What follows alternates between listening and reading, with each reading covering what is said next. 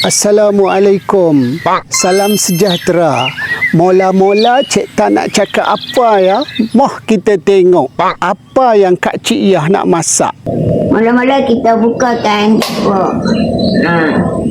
Lepas tu kita masukkan minyak untuk nak tumis bahan-bahannya.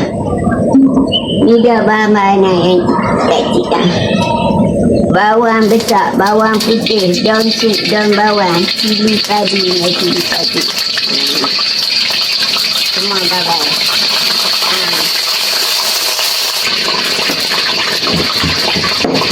Kita tumbuk dulu ke sini.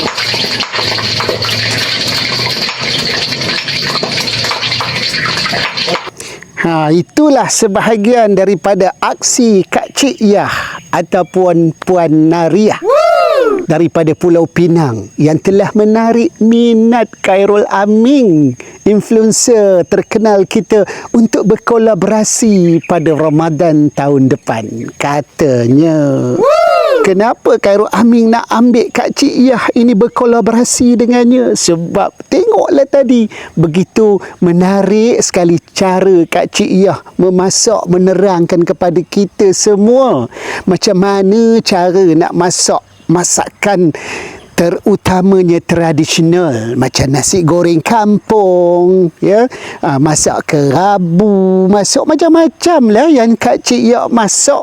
Sangat menarik, betul tak Koma? Sebab itulah tak pasal-pasal je Kak Cik Yah telah viral seluruh Malaysia. Semua orang menanti-nantikan apakah kandungan ataupun konten Kak Cik Yah yang seterusnya. Beginilah Koma, ya, rezeki orang. Siapa tahu dah berumur 70 lebih pun boleh jadi terkenal satu Malaysia disebabkan konten yang begitu menarik kepada kita.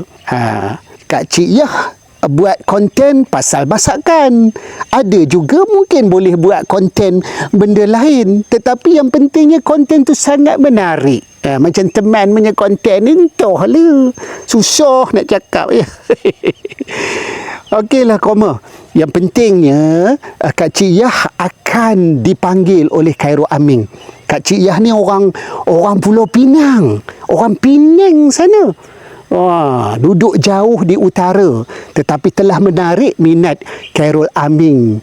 Dia nak bekerjasama dengan Kak Cik Yah untuk membuat konten-konten masakan. Wah, pasti menariklah agaknya pada Ramadan tahun depan ni. Sebab gabungan Khairul Aming dan juga Kak Cik Yah. Okeylah Koma. Kak Cik Yah ni kalau kita ikutkan katanya telah mula buat konten ni pada tahun 2022 dulu. Masa tu belum lagi popular. Dia asyik buat masuk kamera pun tak ada ubah-ubah. Satu tempat je duduk kameranya. Tapi tengoklah, tak ada pun mikrofon, tak ada apa pun dia buat. Sempoi je cara Kak Cik Yah, tapi boleh viral satu Malaysia. Dan akhirnya pada Ramadan tahun yang baru ini, Kak Cik Yah begitu popular sekali. So ini mungkin boleh memberikan inspirasi kepada semua yang nak buat konten dekat media sosial. Barulah meriah media sosial kita ni. Tak adalah disogokkan dengan konten-konten yang tak berkualiti. Jom Koma, kita buat konten. Mohlah, jom.